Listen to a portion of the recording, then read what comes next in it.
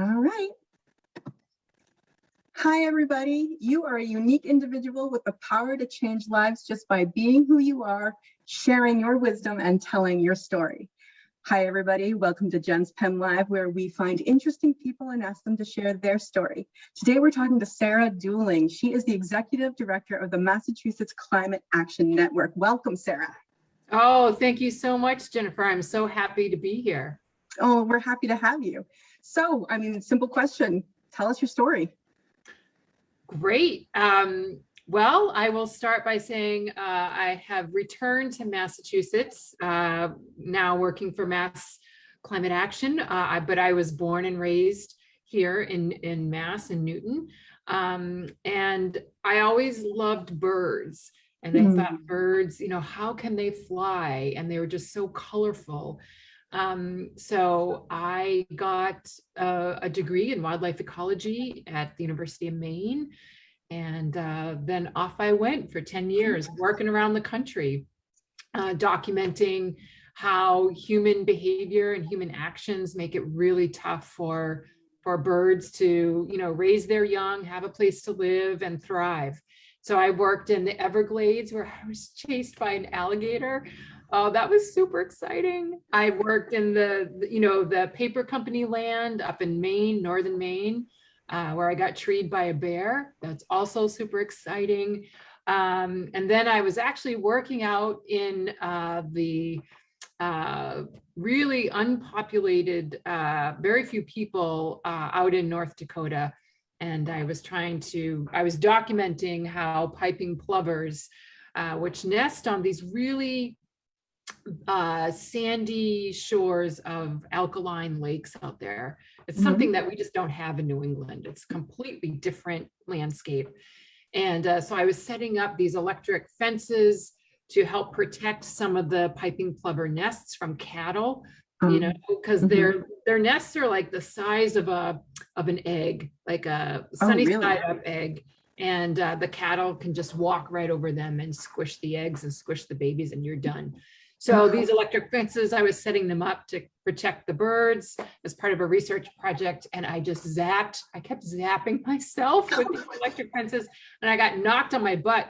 And it was at that moment, that I realized that I had been having a hard time because I wasn't really trained to have conversations with some of these ranchers that were shooting and killing endangered hawks on their property. So I was really trained in the old school of ecology that says, we're about protecting nature. We don't want to have anything to do with people. And that is just a difficult position to be in. It didn't offer me any tools, any pathways forward for meeting this rancher on some kind of common ground. So I said, well, to heck with this, I got to figure this out. So I went and I became a social worker, which is another kind of a systems approach to understanding, possibilities for affecting change that center people. And so I started working with teenagers who were having babies, and the state of Maine was coming in and trying to take the babies away. And then I realized that when I started talking about working with people in neighborhoods where there were paper mills and there was a high incidence of cancer. And I started asking questions about, there's got to be some connection. So this was like in the early 90s. There's got to be some connection between the paper mill and these incidences of cancer. And the social worker profession at that point in time was not yet ready to expand their idea of systems to include the atmosphere, to include environmental problems that were influencing their clients. So I said, well, this is too hard. This is kind of weird. So I'm going to move on. And then I was fortunate enough that the National Science Foundation offered me a scholarship to pursue a graduate school. And they were specifically funding folks that they thought had the potential to cut across all these historically separated policy areas, for example, economics and environmental improvements and urban planning. At that point in time, people were thinking, if you green up a neighborhood, that's great, that's fabulous. But and during my time in grad school, my research actually documented that when you green up a neighborhood, for some neighborhoods, you start to initiate some economic pressure, some gentrification pressure.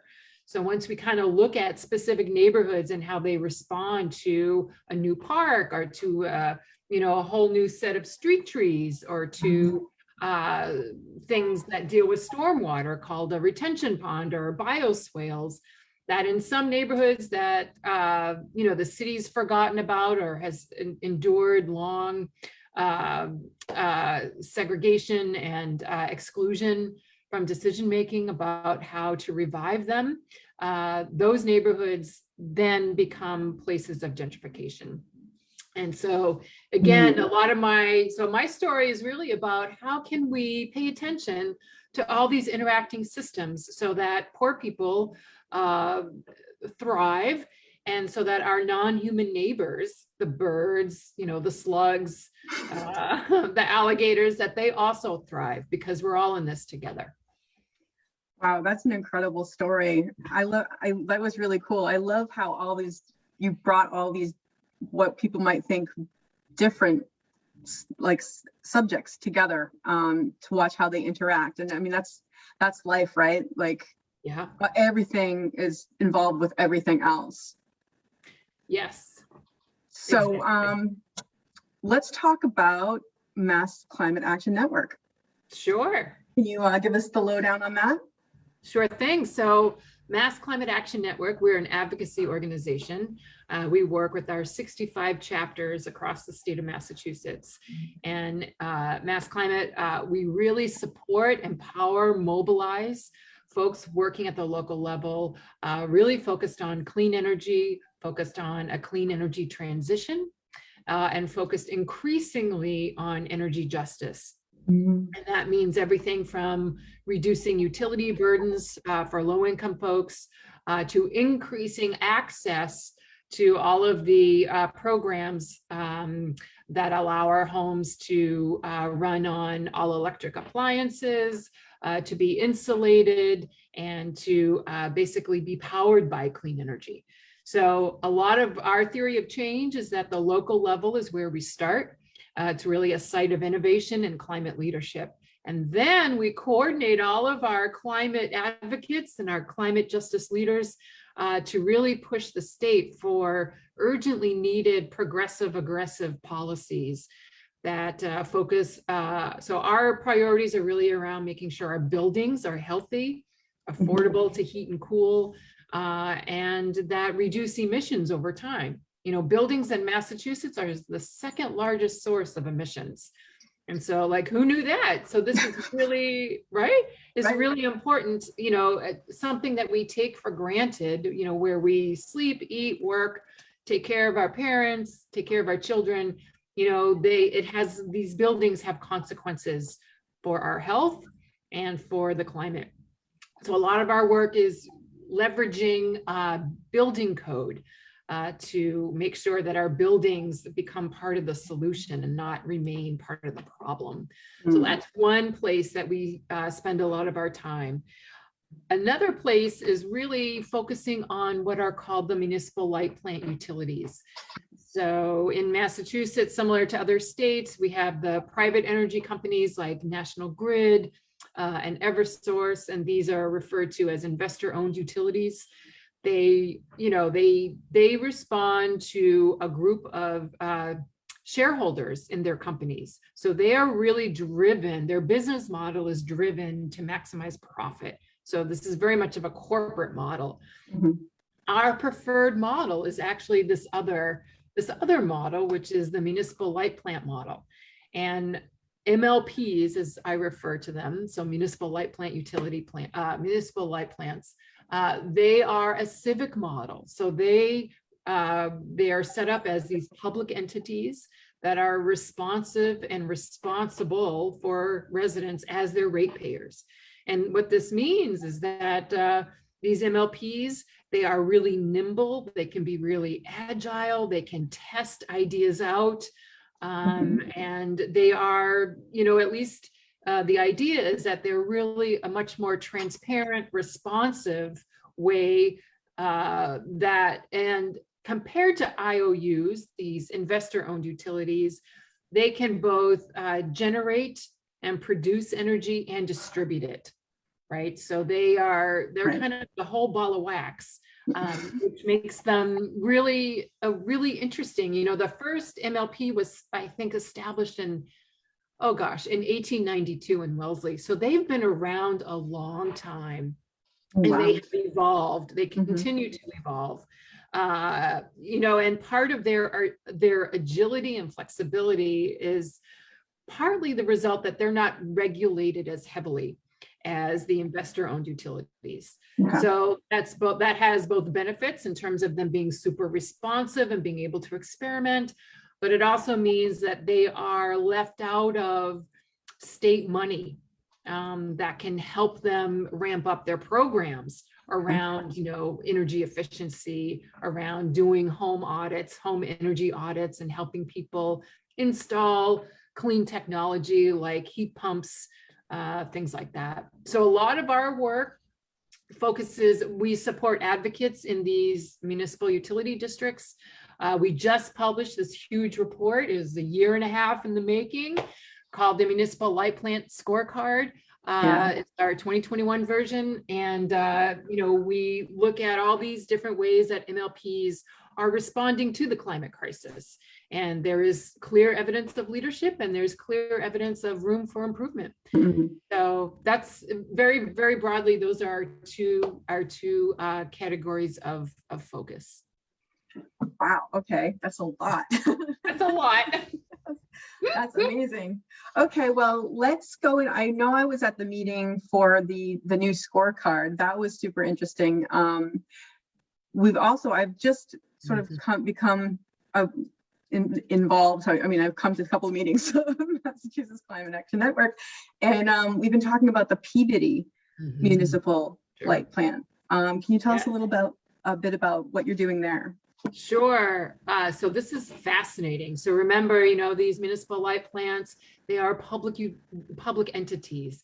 And there is this assumption that if you're a public entity, you're more transparent, you share information more readily, and you're in communication with your ratepayers in this case. Well, this is a very interesting story that challenges so many of our ideas about how MLPs really ideally should operate. And so 6 years ago, another entity, which is an association of some of the MLPs, so this association is called the Massachusetts Municipal Wholesale Electric Company. So I just call them MWIC for short. Okay. So MWIC, about 6 years ago, started doing some research and development on a project that was for what's called a peaker plant. Okay. And a peaker plant. So there are different kinds of power plants. So there's the power plant that generates sort of the standard supply of energy. And then on days where it's either really, really hot or super cold, oftentimes demand can exceed the supply. Okay. So those are peaker plants. And those peaker plants then get turned on maybe for 2 or 3 hours at a time. And typically no longer than 300 or 400 hours a year. So they operate very, very infrequently. But because they operate infrequently, they're not super efficient. And depending on how they're built, they can be super polluting. So MWIC had petitioned the Department of Public Utilities about 7 months ago. And somebody, a Wakefield town councilor, came to MCAN and said, do you know about this proposed peaker plant for Peabody? And MWIC is asking the Department of Public Utilities to finance 2 bonds to build the plant. We had not heard of this project. For 6 years, this project, which involved 14 municipal light plant communities, their light boards signing a contract to be part of, to receive some of the energy generated by the peaker, and to receive some of the money that this peaker plant will make, because peaker plants, they generate money as part of being on as being part of the energy market in Massachusetts. So it's about money, it's about transparency, and MCAN realized that, because of our extensive work in evaluating MLPs and figuring out which MLPs are really leading on climate action, we realized, well, this is unacceptable. This is because the peaker plant was designed by MWIC to be powered by gas and oil. And why are we investing in gas and oil right now after the next generation roadmap was passed, this big climate bill passed and signed by Governor Baker in March, and the Department of Public Utilities, as a result of that bill, now has an expanded mission to take into account reducing greenhouse gas emissions and equity issues. So this peaker plant is slated to be built in one environmental justice community in Peabody, and it is surrounded by at least 8 other environmental justice communities within a mile of the construction site. So MCAN entered into the DPU, the Department of Public Utilities process, in opposing this plant. We were not given full legal standing in the DPU process, and this has a long history in Massachusetts. You can have full legal standing or you can have limited standing, and we were assigned limited standing. And I can talk more about that later. Yes. Okay. No, I was just going to ask you about that, but go ahead. Sure. So we did our very best. We slowed the process down. MWIC paused the project in response to advocates' pressure, wanting to know more information. We commissioned a report from a group out of Vermont, a nationally known group that basically develops clean energy solutions for peaker plants. And their report from the Clean Energy Group in Vermont shows that battery storage, not fossil fuels, battery storage is cheaper, and obviously it's cleaner for this kind of power plant, this kind of peaker plant. And we have continued to support local Peabody residents in opposing this plant. Despite MCAN's dogged persistence in the DPU process, DPU granted MWIC, granted the association permission to issue these revenue bonds, $170 million. 2 bonds, $85 million each. So what does that mean? Well, that means that this project is not dead. It has legs, and this fight is not over. So we continue to support the Peabody group called Breathe Clean North Shore. They have a Facebook page. They're on Twitter in opposing the plant. And so we are coordinating with them and the other advocates around the state who are in the communities whose light boards have signed this contract to have their boards of health submit letters to Governor Baker and Secretary Theoharides to reopen an environmental review process, which was not done when the project was first under review. So that's a long story to say investing in fossil fuels right now is unacceptable. Like this has, if this peaker plant does go forward, it will be the last fossil fuel peaker plant in the country to be built. And this is unacceptable. MLPs and their associations, they are doing really innovative work in energy efficiency in battery storage. So why are they investing $170 million in this project? It makes no sense. It makes no sense. Right. So, and I think another issue though that MCAN encountered, to go back to your question, in the Department of Public Utilities process, is this whole idea of having legal standing when you enter into litigation with the state. Okay. So the Department of Public Utilities, they can give an organization or a ratepayer, a resident, Okay. full legal standing, and that is called intervenor status. And Okay. that means that you can, now remember, this is like DPU court.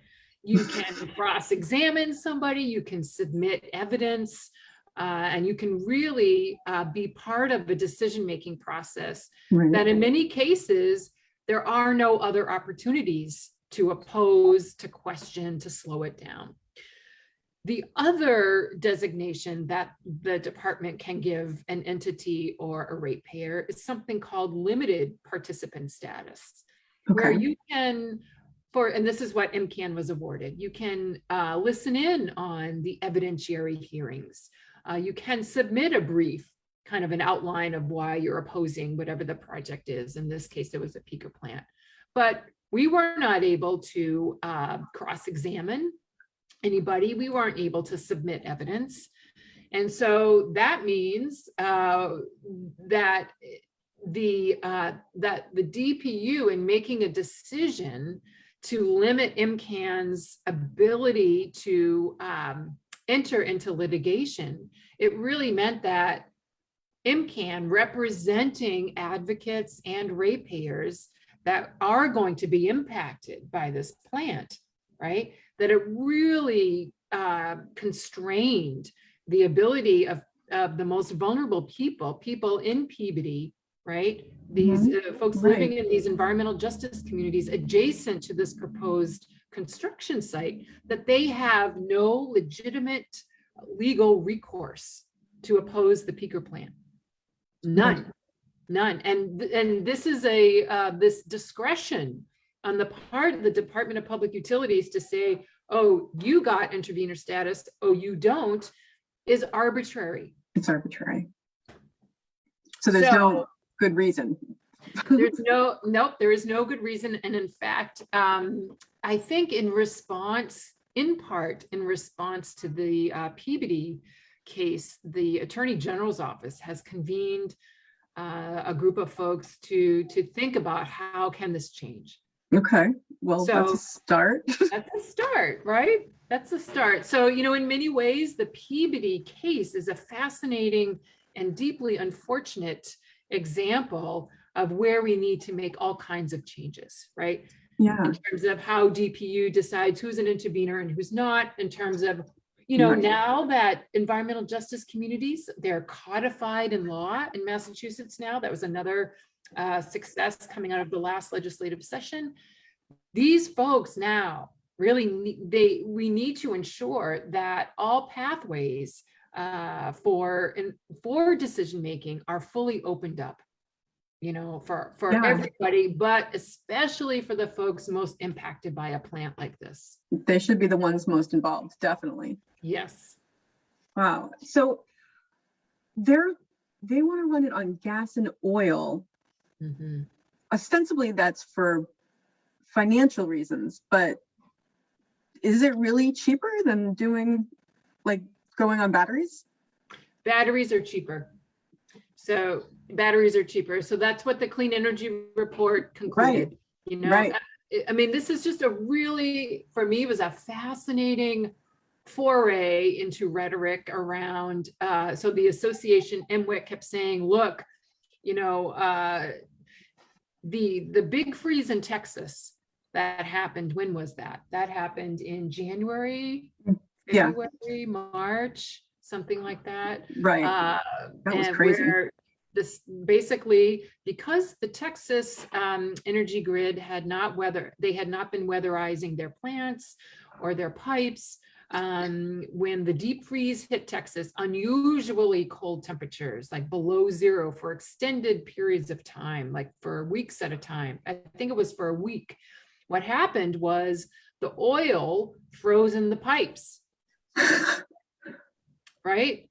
And so this meant that, you know, people didn't have water. Like, so when you think about how our appliances are run by different kinds of energy, right?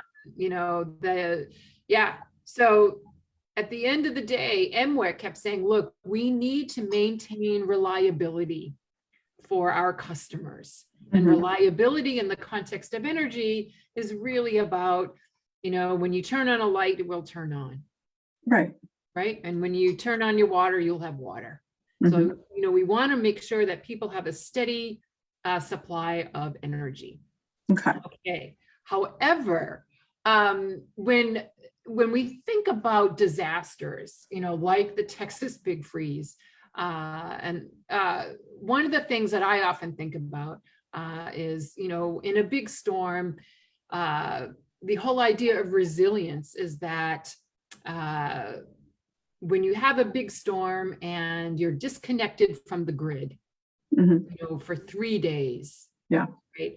That, what kind of technology can be in place on the utility side that makes sure that, one, you're safe, that two, the energy, that the power can come back up as quickly as possible, right? And three, that that the utility is well prepared for these kinds of disasters. Right. So what the Clean Energy Group they looked at a couple of different scenarios. They looked at battery storage that could run for 2 hours, battery storage that could be up and running for 4 hours, and then the conventional fossil fuel design. Right. And so what they found that they found that batteries, based on examples from plants in California, I think mostly California, was that those batteries can store energy and be turned on very, very quickly, within minutes. Right. So, and in some cases, what has happened this past winter, and while this was not addressed in the report, it's been addressed in the media, especially after Hurricane Ida in Louisiana. Okay. Yeah. Some of those fossil fuel powered plants did not kick on for a whole variety of reasons. So they were far less reliable for the ratepayers. So the future of our grid is so different than what we have now. Right. And this goes beyond what was written in the Clean Energy Group's report, but the future of the energy grid is really less of a kind of command and control design, where you have one central power plant that pushes energy out through transmission lines, which are super vulnerable to wind, for example, to be right. That happened in Texas, that happened in Louisiana. The future is where you have a series of really small yet connected kinds of energy subsystems, if you will. So you can think about this as like a series of connected battery pods, or geothermal microgrids, which can use pipes underground and connect a neighborhood together. Right. So like the future of the grid is so different than what we have now. And that's part of why, the investing in the peaker plan is really confusing. It's so confusing. What is their reasoning? Do they have a reason? I mean, doesn't seem like there's one good reason. Well, this is the interesting piece of logic that unfortunately is probably true based on how we have structured energy finance, is that the money generated by turning on a dirty peaker plant in Peabody will allow the municipal light plant utility districts that are part of that contract to take that money and invest in clean energy. That is a perverse logic, but it captures yet another area of reform. So that from the association's perspective that is arranging this financing, they say, we're going to basically use this project to invest in cleaner alternatives. Okay. So the idea, MCAN's position is, why do you need the dirty middleman? Right. Why don't we just go straight What's that about? for the clean energy? Right.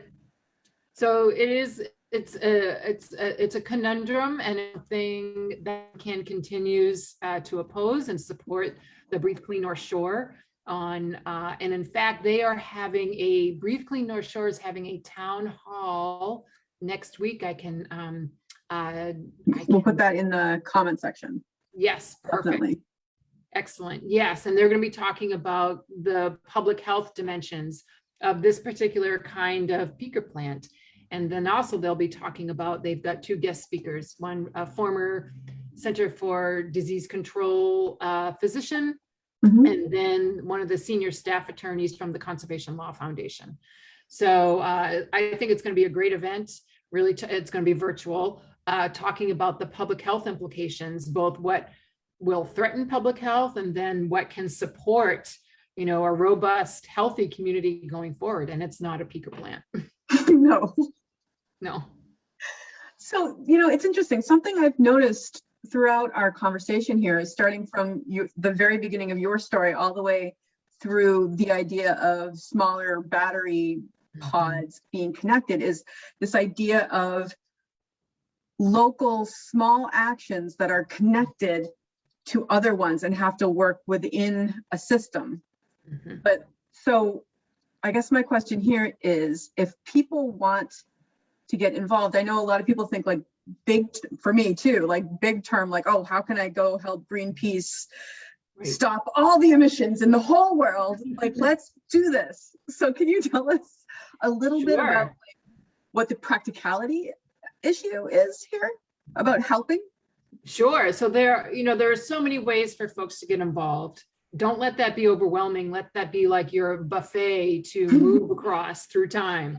And I think if you're really interested, for example, in buildings and learning more about how buildings can be protectors, not polluters, I invite folks to come to an MCAN chapter call. We have them, a Mass Climate Action chapter call. We have them the first Monday of every month. It's coming up. And at that chapter call, we go over legislation. We offer templates for you to contact your legislators. So I think really paying attention to what's happening in your backyard, get to know your city council person or your select person or your board of aldermen person. Start to establish some relationships with your political leaders, whatever town you live in, and learn what is going on in your town. Does your town have a climate action plan? Does your town have a housing production plan? Some of these housing production plans that focus on, for example, how much affordable housing does the town need? What are the affordable housing production goals? Some of these plans are coming up for being redrafted. This is the perfect opportunity to say all new affordable housing has to be built to what is called a net zero standard, right? So that they are healthy, they're really affordable to heat and cool, and they contribute to the climate solution, and they don't pollute anymore. So I think, does your town have a climate action plan, a housing production plan? Do you live in a municipal light plant district? And if you do, check out our scorecard. We have a whole bunch of policy recommendations. Go to a light board meeting. Some of them are in person, some of them are virtual, but get to know the light board members. And the light board is typically a group of volunteers, either elected or appointed from your town, that serves as the governing body for the municipal light plant utility in your town. And again, ask questions. What are you doing to address emissions in our town? And see, does your town have a greenhouse gas inventory that was conducted? If not, reach out, contact me, and I'll help you set up a process to get that done. So there are many ways to plug into focusing on buildings, focusing on a utility district in your town, and thinking through, what do you want to be proud of in your town that hasn't happened already? Right. Yeah. Yeah. And that gives the people, I know for me too, I'm sure a lot of people feel very frustrated and very powerless in the face of everything that's going on right now, climate change. And, like I want to go to India and make them all stop. You know what I mean? Like, stop it. Right. But we don't have that ability, right? Most of us don't have that ability. So what we can do is what you're talking about, right? We can have an effect. Yes. On the local level. Yes. And in fact, this quick story, which I find phenomenal. So MCAN, 2 years ago, there was a national building code that was being updated. And the national building code then informs what Massachusetts building codes are, how they are updated. So there is this connection. And so MCAN, we decided that we were going to register municipal staff who are eligible to vote, because we really wanted to have a Massachusetts representation and influence on the national code. We wanted more stringent energy efficiency measures. So MCAN, we registered over 560 municipal staff from across the state of Massachusetts, and they voted. And the national building code increased, I think it was 8 to 14% in energy efficiency, depending on what part of the code you're talking about at the national level. It's phenomenal. It's fantastic, right? So that is just an example of what, a municipal staff person can do. Just register, show up, vote, and see some really significant improvements in the national building code. Now, 2 years later, Jennifer, because Massachusetts was so vocal and so well represented in the national vote, the national organization said, that's it, no more voting. We're going to do this in a different way. So there you go. Talk about having an impact. Then you have to be ready to pivot, right? Because sometimes having an impact is not always, it can run into. It scares people. It scares people, but don't be afraid, because I think what's really important is that local people, there are things happening in your town. There are things happening in your backyard that are super important. Right. When we think about buildings hang around for 30, 40, 50 years. And so we want to make sure that looking ahead. Massachusetts, 200 years. Exactly, right? So we want to make sure that our buildings are as good as they can be, that they really have much better indoor air quality, and getting the fossil fuels out of buildings is really important. So y'all can dig in and, either focus on buildings or energy systems. So what did the national, I'm just curious, what did the national guys do when Massachusetts had such an influence? They're like, no, and then they changed voting. They changed the process for updating the national code. So it's no longer like a democratic process. It's much more, it's driven by different kinds of committees. And it's not a municipal staff nationwide vote in the same way. So it's not the people who are actually involved in what's going on, who are affected by what's going on. There are some folks who are affected that are part of the committee. Okay. It's less about, the committee structures are much more about, I think, being able to internally control how the next iteration, how it will unfold in the next iteration of the national code. I think direct voting, because here's the thing, Massachusetts, we turned out more municipal staff than the rest of the entire country. Like put together? Put together. It's phenomenal. It was amazing. I do love Massachusetts, but some people watching this are not from Massachusetts. So if they want to get involved, what can they do? Oh, geez. I think it's the same kind of deal. Figure out what's going on in your town. Does your town have a climate action plan, an affordable housing plan? Has your town declared a climate emergency? What's going on with the buildings in your town? What is your building code?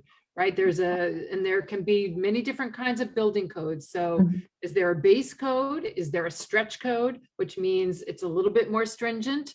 You know, in Massachusetts, we are really looking to create, and the state is in the process of doing this, a third building code, which would require new construction to be built to net zero standards. So that would be so good. that would be So awesome, good. right? But for folks not living in Mass, you have the same opportunities. Right. Well, there's a National Climate Action Network as well, correct? Yes, right. So there's there, probably some involved in their various states. yes. So Climate Action Network, they are a national organization. Check them out. They're all over the country. They're all over the world, actually. But there are also other groups too. You know, there's 350.org. There's Sierra Club. Sierra Club, interestingly enough, you know, has been focusing on buildings, I would say, the last 3 to 5 years. It's kind of a new area for them, but they too recognize as an environmental organization that buildings are part of the climate dialogue, and they're certainly part of the climate solution. Oh, that was excellent. This is a good place to end. I could go on forever, but this is probably a good place to hit the pause button. Sounds great, Jennifer. So much fun, Sarah. Thank you so much for taking the time. We'll put in all the information that we want people to know in the comment section, how to get in touch with you, if they want to help, or how to get in touch with the Mass Climate Action Network, how to get involved with Peabody, everything like that. We'll put all that information, guys, in the comment section. Excellent. Meanwhile, thank you so much for sharing your time, Sarah. Thank you, everybody out there, for coming and listening. And I just want to let you guys all know we all have a story to tell. So what's yours?